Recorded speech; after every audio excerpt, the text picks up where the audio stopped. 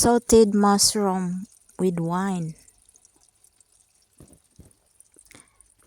Meron tayong cultivated na mushroom. Yung arrow mushroom to. Tapos atin siyang gayatin na ganyan. Pahaba.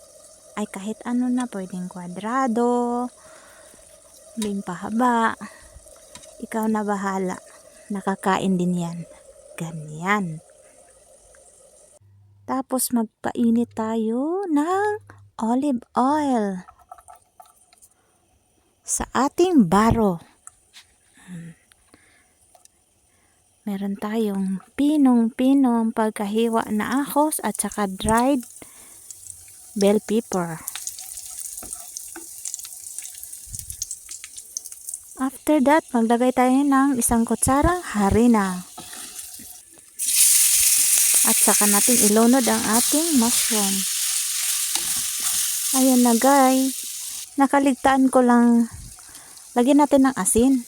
Nakaligtaan kong videohan yung wine. Alam mo yun no?